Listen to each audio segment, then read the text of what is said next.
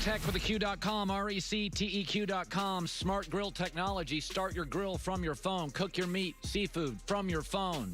Built by grillers for grillers. So the Dodgers lost last night. In Game 1, they threw Clayton Kershaw. They won. In Game 3, they're going to throw Walker Buehler, their ace. They'll win. But last night, they didn't have an ace. So they tried to MacGyver it. You know, they just threw a bunch of relievers. Their bullpen's not very good, inning or two. And at the end of the night, it wasn't terribly satisfying, and the Dodgers lost. They didn't have a single ace, a single elite pitcher throw, and the Rays had their ace and won. But they knew that because they had Clayton Kershaw in Game 1, and they have Walker Buehler in Game 3. And so this reminds me of what happens when my wife leaves town for a little while. When my wife, before she leaves, like we have dinner together. We commit to each other. She can cook, I can cook. We use plates and stuff. We use recipes. It's like kind of an event. We sit down and we talk and have a glass of wine. It's a real dinner with like proteins and stuff and vegetables. And then my wife will leave town, and knowing that when she gets back, we're going to use plates and stuff and have real dinners, what do I do when she's gone? Knowing that I just had great dinners and I'll have great dinners again. I MacGyver it. Last night, my wife's out of town, and I had top ramen and a bowl of cereal and a tortilla with hot sauce on it and some chocolate almonds and a cocktail. And like the Dodgers bullpen, I sort of MacGyvered it. And by the end of the night, I realized that was not terribly satisfying. I tried to talk myself into it, but woke up this morning starving. That's what the Dodgers did. The Dodgers knew Kershaw was great, and they feel good going forward, and Walker Buehler's their ace. So Game 2, you just go to the bullpen. And last night as a guy, I just went to the pantry. I did not use a single thing out of the refrigerator. And the Dodgers did not use a single elite pitcher. I thought they could kind of cobble it together. So did I. But let me tell you, bowl of cereal and a tortilla with hot sauce, it's not great. I don't even know if I thought it would be great. And Dave Roberts probably knew deep down, this isn't going to be great. This is the World Series. They're good. But I'm not worried because my wife's coming home, and we'll cook together, and we'll use plates and stuff and recipes, and we'll be back on nutritional supplements. It will be a great life, and we'll have chicken and stuff and broccoli. It'll be like a real rice peel-off. And Dave Roberts knows, we went to the pantry last night. We're going to be okay. You still feel you're in control of the series? We feel great, Dylan. We've got Walker going, we've got Julio going, and then we've got Clayton. So, and if you look at kind of where our relievers are set with the off day tomorrow, we're in a great spot. I tried last night. Kind of. Sort of. Dodgers are fine. They'll win Game 3. They throw their ace. They're the better team. Joy with the news. No. It just sounds like a tummy ache. Oh, it was, yeah. 9:15. You just think, I knew going in. I mean, if you're a Dodger fan last night, you knew going in, like, boy, we're just kind of throwing crap out there. I knew after the bowl of cereal, the tortilla, but, you know, it was there. And I thought, maybe I can get an inning out of it. Why not? I can get 3 outs. So the Browns have a winning record at 4-2 and are in the hunt to break their 18-year playoff droughts. Yeah. But after the 38-7 blowout loss to the Steelers last week, Baker Mayfield says it didn't feel so great in the Browns locker room. The feeling throughout the building after that loss, 4-2's never felt so much like 0-6 before. So, but that's because, we have very high expectations for ourselves. And because blowouts really don't feel good, and because people are kind of considering them to be a very competitive team, and the Steelers are an actual competitive team. Well, it's a take a deep breath moment. Yeah. Okay, Cleveland's not going to face a defense like that that resembles that until December 15th, 20th, something like that, the Ravens. Throw the tape away.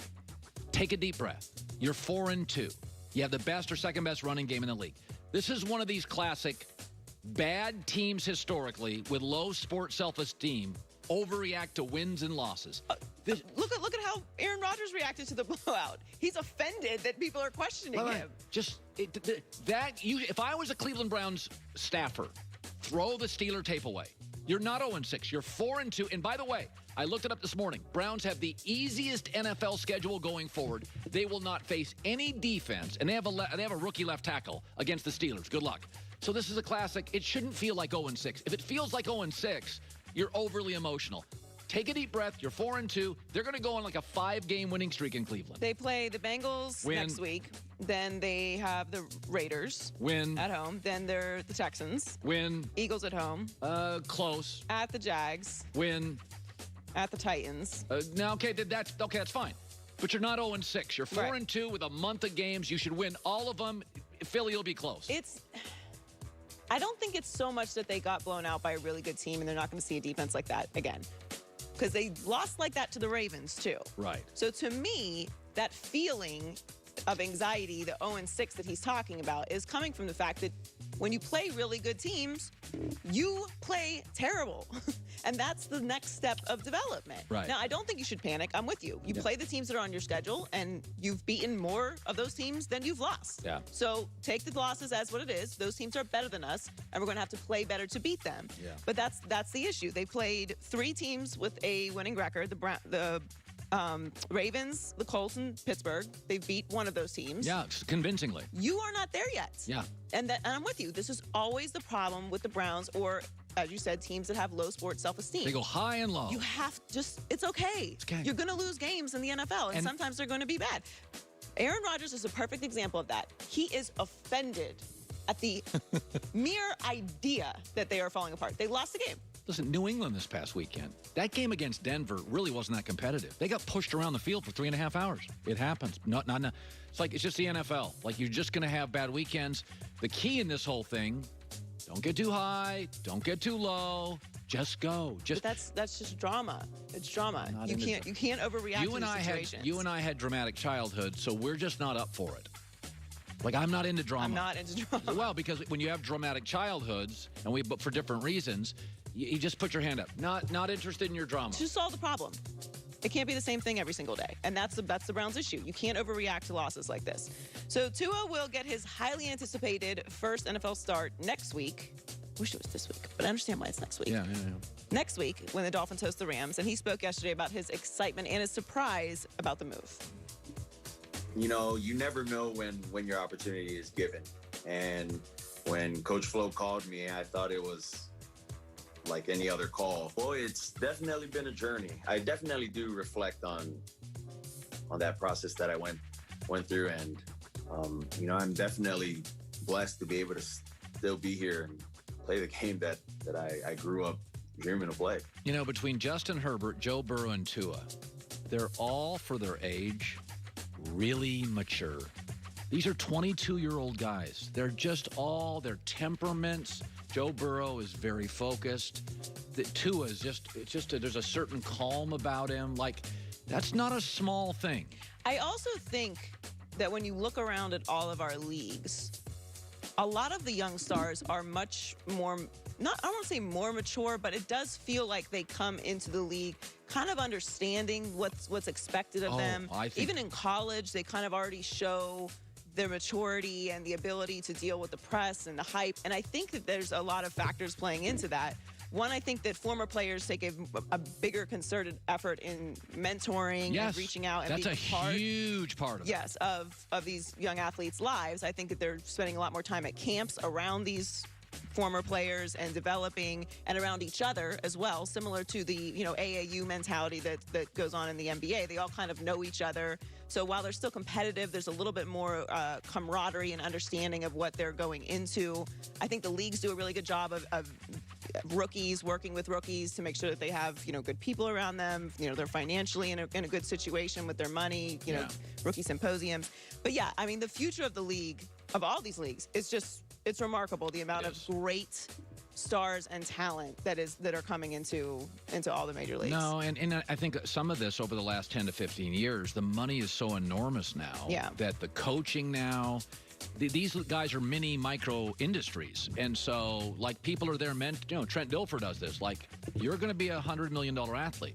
Yeah, and you're having those conversations with them when they're 16. in high school. Yeah, no, so I mean, and so there's a real sense. Like, there's support systems for them. It is really hard to find a young star in American sports today, like the Mahomes level kind of guy, that doesn't have their act together. Right, or just completely unaware of what's expected of them. No, they're yeah, and also social media, I think, plays a big role in that, too, because they're kind of already stars before they get to the NFL. So they've already been dealing with that.